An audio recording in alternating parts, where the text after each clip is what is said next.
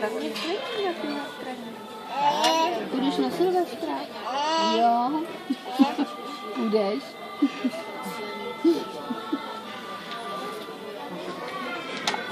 Budete v Praze nebo jedete někam zase? Já vůbec ještě mě ještě jako to vůbec nebere, jo, takže vůbec o tom ani nepředuším ještě, ale tak většinou já radši ten Silvestr jinde jako nějak moc nebere. Je taková jako na povel raz, dva, tři, bejde se. No, přesně, to nemám, to přesně, to mi vadí. To jak jestli nepojedete na Vysočinu nebo... Nevím, no ještě jako jsme vůbec o tom. Mně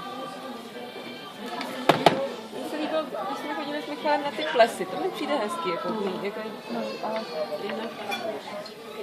jít někam do hospody, se zaplatit hospodu. To máš, ale v půlnoci jsou všichni jak zákon káže, veď.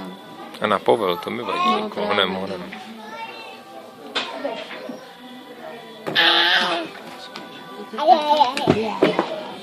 Maxi. Max.